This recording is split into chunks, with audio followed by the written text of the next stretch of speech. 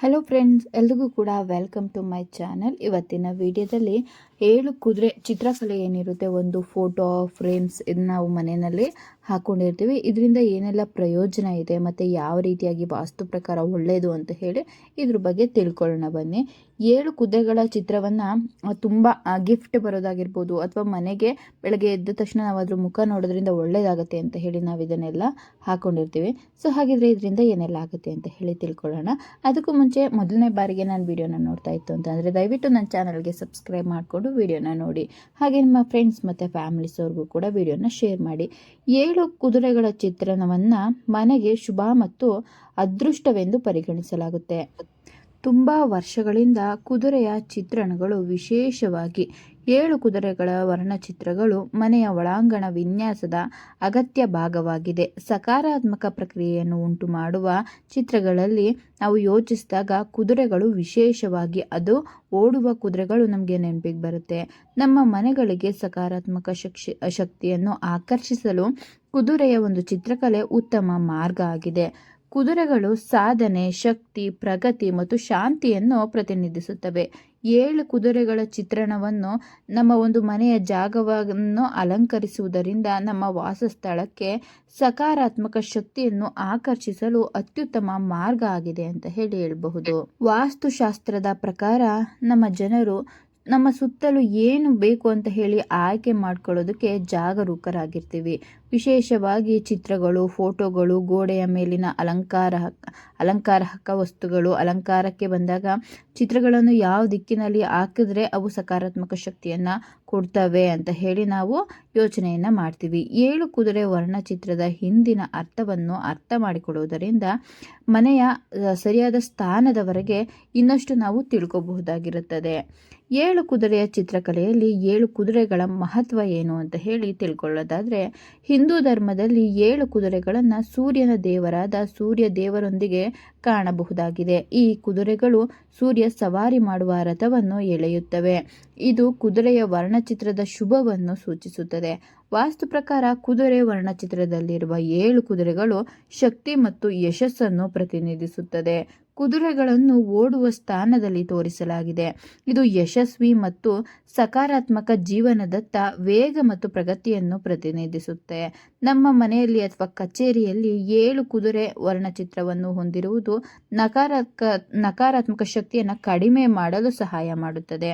ಹಾಗೆ ಬೆಳವಣಿಗೆಗೆ ಪ್ರಮುಖ ಅಡಚಣೆಯಾಗಬಹುದಾಗಿ ಬೆಳವಣಿಗೆ ಆಗೋದಕ್ಕೆ ಅಡಚಣೆಯು ಕೂಡ ಆಗಬಹುದಾಗಿರುತ್ತೆ. 3 ಕುದುರೆಗಳ ವರ್ಣಚಿತ್ರವು ಮನೆಯ ಸದಸ್ಯರ ಜೀವನದಲ್ಲಿ ಪ್ರಮುಖ ಪಾತ್ರವನ್ನು ವಹಿಸುತ್ತದೆ. ವಾಸ್ತುಶಾಸ್ತ್ರದ ಪ್ರಕಾರ, ಫೆಂಗ್ ಶೂಯ್ ಪ್ರಕಾರ ಇದು ಹಣಕಾಸಿನ ಸಮಸ್ಯೆಗಳ ಪರಿಹಾರಕ್ಕೆ ಸಹಾಯ ಮಾಡ್ತಾ ಇರುತ್ತದೆ. 7 ಕುದುರೆಗಳ ವರ್ಣಚಿತ್ರವನ್ನು ಇರಿಸಲು ಸರಿಯಾದ ದಿಕ್ಕು ಯಾವುದು ಅಂತಂದರೆ, ನಮ್ಮ ವಾಸದ ಕೋಣೆ, ಮಲಗುವ ಕೋಣೆ ಅಥವಾ ಕಚೇರಿ, ವಾಣಿಜ್ಯ ಆವರಣ ಏನಿರುತ್ತೆ, 7 ಕುದುರೆಗಳ ವರ್ಣಚಿತ್ರದ ವಾಸ್ತು ದಿಕ್ಕನ್ನು ಪರಿಗಣಿಸುವುದು ಬಹಳ ಮುಖ್ಯವಾಗಿರುತ್ತದೆ. ವಾಸ್ತು ಪ್ರಕಾರ ಮನೆಯಲ್ಲಿ 7 ಕುದುರೆಗಳ ವರ್ಣಚಿತ್ರಕ್ಕೆ ದಕ್ಷಿಣ ದಿಕ್ಕು ಅತ್ಯುತ್ತಮ ದಿಕ್ಕು ಅಂತ ಹೇಳುತ್ತೆ. ದಕ್ಷಿಣವು ಯಶಸ್ಸು ಮತ್ತು ಖ್ಯಾತಿಯೊಂದಿಗೆ ಸಂಬಂಧ ಹೊಂದಿರುವುದರಿಂದ ಆ ದಿಕ್ಕಿನ ಗೋಡೆಯ ಮೇಲೆ ನಾವು 7 ಕುದುರೆಗಳ ಚಿತ್ರಣವನ್ನು ನೇತು ಹಾಕಬೇಕು. ದಕ್ಷಿಣ ದಿಕ್ಕಿನಲ್ಲಿ ಯಾವುದೇ ಗೋಡೆ ಲಭ್ಯ ಇಲ್ಲ ಅಂತಂದರೆ, ನಮಗೆ ಯಾವುದೇ ಗೋಡೆ ದಕ್ಷಿಣ ದಿಕ್ಕಲ್ಲಿ ಇಲ್ಲ ಅಂತಂದರೆ, ನಮ್ಮ ಮನೆ ಅಥವಾ ಕಚೇರಿ ಯಾವುದಾದ್ರೂ ಒಂದು ಕೋಣೆಯಲ್ಲಾಗಿರ್ಬೋದು, ಉತ್ತರ ಅಥವಾ ಪೂರ್ವ ದಿಕ್ಕಿನಲ್ಲಿ 7 ಕುದುರೆಗಳ ಚಿತ್ರಣವನ್ನು ನಾವು ಇರಿಸಬಹುದಾಗಿರುತ್ತದೆ. ಈ ದಿಕ್ಕುಗಳು ಯಾವುದೇ ಇತರ ಕುದುರೆ ವರ್ಣಚಿತ್ರವನ್ನು ಪ್ರದರ್ಶಿಸಲು ಸೂಕ್ತವೆಂದು ಪರಿಗಣಿಸಲಾಗುತ್ತೆ. ಪರಿಗಣಿಸಲೇಬೇಕಾಗಿರುವಂತಹ ಕೆಲವು ವಿಷಯಗಳಂದರೆ, ಕುದುರೆ ವರ್ಣಚಿತ್ರವನ್ನು ನೇತು ಹಾಕುವಾಗ ಕುದುರೆಗಳ ಮುಖಗಳು ಕೊಠಡಿ ಅಥವಾ ಕಚೇರಿಯ ಒಳಗೆ ಮುಖ ಮಾಡಿರುವುದನ್ನು ಖಚಿತಪಡಿಸಿಕೊಳ್ಳಬೇಕಾಗಿರುತ್ತದೆ.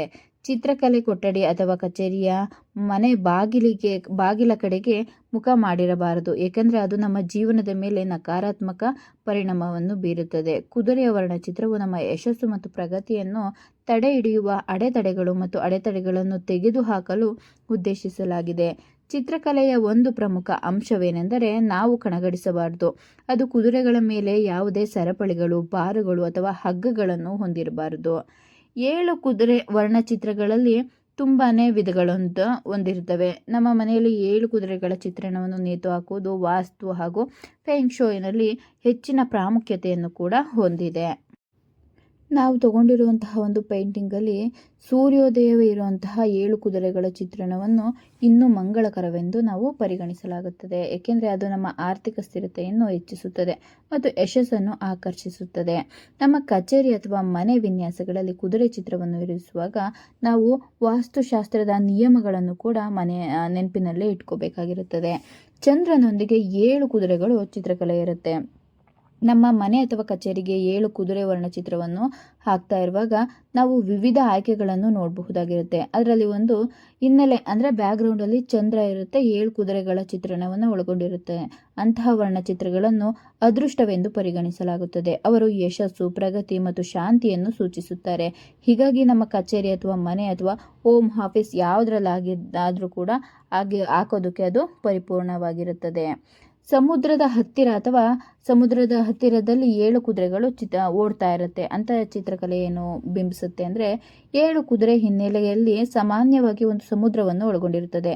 ಕುದುರೆಗಳ ಹಿಂದೆ ಸಮುದ್ರ ಅಥವಾ ಸಮುದ್ರ ತೀರದ ಬಳಿ ಓಡ್ತಾ ಇರುವಂತಹ ಕುದುರೆಗಳನ್ನು ನಾವು ಕಾಣೋದಾದರೆ ಅಂತಹ ಚಿತ್ರಕಲೆಯಲ್ಲಿ ನಾವು ಮೊದಲು ಯೋಚನೆ ಮಾಡಬೇಕಾಗಿರುತ್ತದೆ. ಅವರು ಧನಾತ್ಮಕ ಶಕ್ತಿಗಳನ್ನು ಬಾಹ್ಯಾಕಾಶಕ್ಕೆ ಆಹ್ವಾನಿಸ್ತಾ ಇರ್ತಾರೆ, ನಮ್ಮ ಕೆಲಸದ ಪ್ರಗತಿಯನ್ನು ಹೆಚ್ಚಿಸ್ತಾ ಇರ್ತಾರೆ.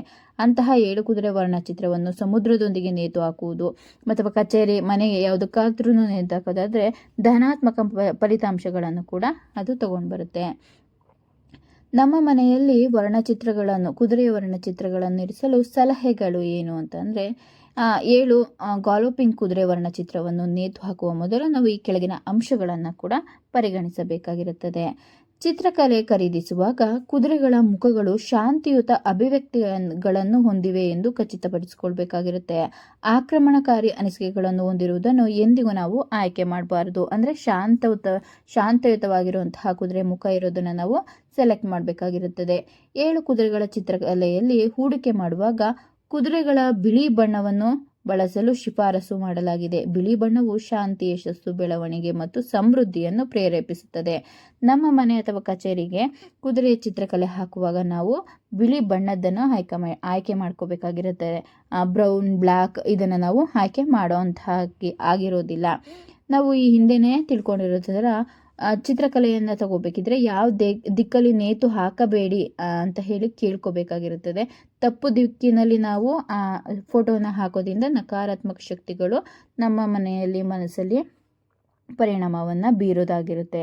ನಮ್ಮ ಮನೆಯಲ್ಲಿ 7 ಕುದುರೆಗಳ ಚಿತ್ರಣವನ್ನು ಆಯ್ಕೆ ಮಾಡುವಾಗ ಪರಿಗಣಿಸಬೇಕಾಗಿದ್ದ ಇನ್ನೊಂದು ಅಂಶ ಅಂತಂದರೆ ಧೂಳು, ಬಿರುಗಾಳಿ, ಪ್ರಕ್ಷುಬ್ಧತೆ, ಸೂರ್ಯಾಸ್ತ ಅಥವಾ ಯಾವುದೇ ಇತರ ಅಸಮಾಧಾನಕರ ನಕಾರಾತ್ಮಕ ಹವಾಮಾನವನ್ನು ಚಿತ್ರಿಸುವ ಒಂದು ಪೇಂಟಿಂಗ್ ಏನಿರುತ್ತೆ ಅದನ್ನು ನಾವು ಯಾವುದೇ ಕಾರಣಕ್ಕೂ ತಗೋಬಾರ್ದಾಗಿರುತ್ತದೆ.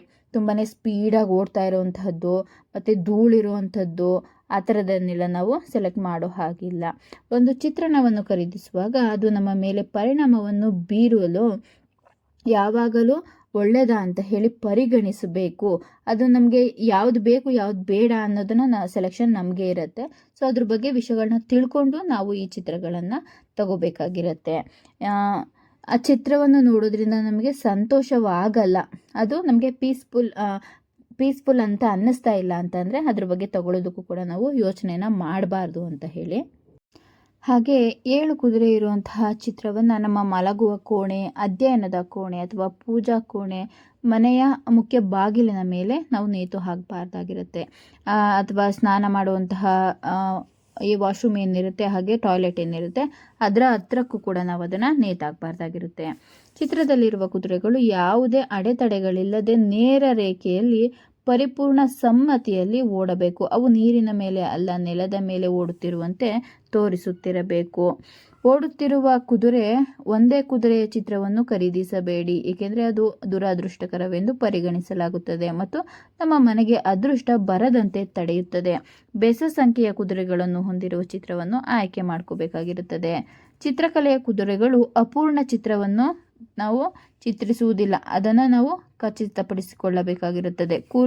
ಕುದುರೆಯ ಪೂರ್ತಿ ಚಿತ್ರ ಇರಬೇಕು ಅಥವಾ ಕಾಲಿರಬಹುದು, ಮತ್ತು ಅದರದ್ದು ಕಿವಿ ಏನಿರುತ್ತೆ ಅದು ಅರ್ಧ ಕಟ್ಟಾಗಿರೋದು ಆ ಥರದನ್ನು ನಾವು ತಗೋಬಾರ್ದಾಗಿರುತ್ತದೆ. ಪೇಂಟಿಂಗ್ನ ಗಾತ್ರ ಅದು ನಾವು ತಗೊಳ್ಳುವಂತಹ ಒಂದು ಫೋಟೋ ಏನಿರುತ್ತೆ ಅದು ಯಾವ ಗಾತ್ರದಲ್ಲಿರಬೇಕು ಅಂತಂದರೆ ನಮ್ಮ ಕೋಣೆಯ ಗಾತ್ರ, ನಮ್ಮ ಒಂದು ವಾಲ್ ಏನಿರುತ್ತೆ ಅದಕ್ಕೆ ಕರೆಕ್ಟಾಗಿರುವಂತಹ ಅದನ್ನು ನಾವು ತಗೋಬೇಕಾಗಿರುತ್ತದೆ. ದೊಡ್ಡ ಕೋಣೆಗೆ ಸಣ್ಣ ಪೇಂಟಿಂಗನ್ನು ಆಯ್ಕೆ ಮಾಡೋದನ್ನು ತಪ್ಪಿಸ್ಬೇಕಾಗಿರುತ್ತೆ. ಗೋಡೆ ತುಂಬ ದೊಡ್ಡದಾಗಿರುತ್ತೆ, ಅದಕ್ಕೆ ಚಿಕ್ಕ ಫೋಟೋ ಹಾಕುತ್ತೀವಿ, ಅದನ್ನು ನಾವು ತಪ್ಪಿಸ್ಬೇಕು. ಆ ಒಂದು ಸೈಜಿಗೆ ಕರೆಕ್ಟಾಗಿ ಮ್ಯಾಚ್ ಆಗೋ ಥರ ಫೋಟೋನ ನಾವು ತಗೋಬೇಕಾಗಿರುತ್ತದೆ. ಚಿತ್ರಕಲಾ ಮಾಧ್ಯಮವು ಬಲವಾಗಿರಬೇಕು ಮತ್ತು ಕ್ಯಾನ್ವಾಸ್ ಅಥವಾ ಮರದಂತಹ ವಾಸ್ತು ಸ್ನೇಹಿಯಾಗಿರಬೇಕು. ನಮ್ಮ ಚಿತ್ರಕಲೆ ಮಾಧ್ಯಮವಾಗಿ ಕಾಗದವನ್ನು ಬಳಸುವುದನ್ನು ತಪ್ಪಿಸ್ಬೇಕಾಗಿರುತ್ತದೆ. ಈಗ ನಾವು ಒಂದು ಪೇಪರಲ್ಲಿ ಪೇಂಟಿಂಗ್ ಇರುತ್ತೆ, ಅದನ್ನು ತೊಗೊಂಡು ಬಂದು ಹಾಕೋದನ್ನು ತಪ್ಪಿಸ್ಬೇಕಾಗಿರುತ್ತೆ. ನೀಟಾಗಿ ಫ್ರೇಮ್ ಆಗಿರೋದನ್ನು ತಂದು ನಾವು ಹಾಕೋಬೇಕಾಗಿರುತ್ತದೆ. ಹಾಗೆ ವಾಸ್ತುಶಾಸ್ತ್ರದ ಪ್ರಕಾರ ನಮ್ಮ ಮನೆಯಲ್ಲಿ 7 ಓಡುವ ಕುದುರೆಯ ವರ್ಣಚಿತ್ರದಿಂದ ಅಲಂಕರಿಸುವುದರಿಂದ ನಾವು ಆರ್ಥಿಕ ಸ್ಥಿರತೆಯನ್ನು ಕಾಪಾಡ್ಕೋಬೋದಾಗಿರುತ್ತದೆ. ನಮಗೆ ಲಕ್ಷ್ಮೀ ದೇವಿಯ ಆಶೀರ್ವಾದವನ್ನು ಕೂಡ ಇದು ತರುತ್ತೆ ಅಂತ ಹೇಳಬಹುದಾಗಿರುತ್ತೆ. ನಮ್ಮ ಸ್ವಾಭಿಮಾನದ ಬಗ್ಗೆ ನಮಗೆ ತೊಂದರೆ ಇದ್ದರೆ ಕೆಂಪು ಹಿನ್ನೆಲೆಯಲ್ಲಿ 7 ಕುದುರೆಗಳು ವರ್ಣಚಿತ್ರವನ್ನು ಖರೀದಿಸುವುದನ್ನು ಪರಿಗಣಿಸಬೇಕಾಗಿರುತ್ತದೆ. ಕೆಂಪು ಹಿನ್ನೆಲೆ ಹೊಂದಿರುವ ವರ್ಣಚಿತ್ರವು ಮಂಗಳ ಗ್ರಹದ ಮೇಲೆ ಪ್ರಭಾವವನ್ನು ಬೀರುವುದರಿಂದ ಅದು ನಮ್ಮ ಸ್ವಾಭಿಮಾನವನ್ನು ಹೆಚ್ಚಿಸಲು ಸಹಾಯ ಮಾಡ್ತಾ ಇರುತ್ತೆ. ನೀಲಿ ಬಣ್ಣವು ಶನಿ ಗ್ರಹವನ್ನು ಪ್ರತಿನಿಧಿಸುವುದರಿಂದ ಸಾಮರಸ್ಯ ಮತ್ತು ಶಾಂತಿಯನ್ನು ಆಹ್ವಾನಿಸಲು ವರ್ಣಚಿತ್ರವನ್ನು ನಾವು ನೀಲಿ ಬಣ್ಣದನ್ನು ಆಯ್ಕೆ ಮಾಡ್ಬೋದಾಗಿರುತ್ತೆ. ಇದಿಷ್ಟು ನೋಡಿದ್ವಿ ಅಲ್ವಾ. ಒಂದು ಕುದುರೆಗಳ ಫೋಟೋವನ್ನು ಮನೆಗೆ ತರಬೇಕಿದ್ರೆ ಕುದುರೆಗಳು ಎಷ್ಟಿರಬೇಕು ಮತ್ತು ಯಾವ ಬಣ್ಣದಲ್ಲಿ ಇರಬೇಕು ಮತ್ತು ಅದು ಓಡ್ತಾ ಇರಬೇಕಾ ಅಥವಾ ಯಾವ ಜಾಗದಲ್ಲಿ ಓಡ್ತಿರ್ಬೇಕು, ನೀರಲ್ಲಿ ಅಥವಾ ಧೂಳಲ್ಲಿ ನೆಲದ ಮೇಲೆ ಓಡ್ತಾ ಇರಬೇಕಾ, ಮತ್ತು ಬ್ಯಾಕ್ಗ್ರೌಂಡಲ್ಲಿ ಯಾವ ಚಿತ್ರ ಇದೆ, ಸೂರ್ಯ ಇದೆಯಾ, ಚಂದ್ರ ಇದೆಯಾ ಅಥವಾ ಮೋಡ ಕವಿದ ವಾತಾವರಣ ಇದೆಯಾ, ಅದನ್ನು ಕೂಡ ನಾವು ಪರಿಗಣಿಸಬೇಕಾಗಿರುತ್ತದೆ. ಹಾಗೆ ಫೋಟೋ ತಗೋಬೇಕಿದ್ರೆ ಕುದುರೆಗಳ ಪೂರ್ಣ ಚಿತ್ರಣ ಇರಬೇಕು. ಒಂದು 7 ಕುದುರೆ ಇರುತ್ತೆ, ಅದರಲ್ಲಿ ಒಂದು ಕುದುರೆದು ಒಂದು ಕಾಲು ಕಟ್ಟಾಗಿರೋದು ಅಥವಾ ಹಿಂದೆ ಬಾಲ ಕಾಣಿಸ್ತಾ ಇರೋದು ಅಂಥದ್ದನ್ನು ನಾವು ತಗೋಬಾರ್ದು. ಮತ್ತು ನೀರು ಒಳಗಡೆ ಓಡ್ತಾ ಇರ್ತವಲ್ಲ ಅದನ್ನು ತಗೋಬಾರ್ದು. ನೆಲದ ಮೇಲೆ ಓಡ್ತಾರೆ ಇರೋದು, ಧೂಳಲ್ಲೆಲ್ಲ ಓಡೋದನ್ನು ತಗೋಬಾರ್ದು. ಸೊ ಹಾಗೆ ನಮ್ಮ ಯಾವ ಒಂದು ಗೋಡೆಯ ದಿಕ್ಕಿಗೆ ಹಾಕಬೇಕು ಮತ್ತು ಯಾವ ಒಂದು ಸೈಜಲ್ಲಿ ತಗೋಬೇಕು ಮತ್ತು ಯಾವ ಒಂದು ಫ್ರೇಮಲ್ಲಿ ತಗೋಬೇಕು ಅಂತ ಹೇಳಿ ಈ ವಿಡಿಯೋದಲ್ಲಿ ತಿಳಿಸ್ಕೊಟ್ಟಿದ್ದೀನಿ. ಮಾಹಿತಿ ಇಷ್ಟ ಆಯಿತು ಅಂತ ಅಂದರೆ ದಯವಿಟ್ಟು ನನ್ನ ಚಾನಲ್ನ ಸಬ್ಸ್ಕ್ರೈಬ್ ಮಾಡ್ಕೊಳ್ಳಿ. ಹಾಗೆ ನಿಮ್ಮ ಫ್ರೆಂಡ್ಸ್ ಮತ್ತು ಫ್ಯಾಮಿಲೀಸ್ಗೂ ಕೂಡ ವಿಡಿಯೋನ ಶೇರ್ ಮಾಡಿ. ವಿಡಿಯೋ ಬಗ್ಗೆ ನಿಮ್ಮ ಅನಿಸಿಕೆಯನ್ನು ಕೂಡ ಕಮೆಂಟ್ ಮಾಡಿ. Thank you.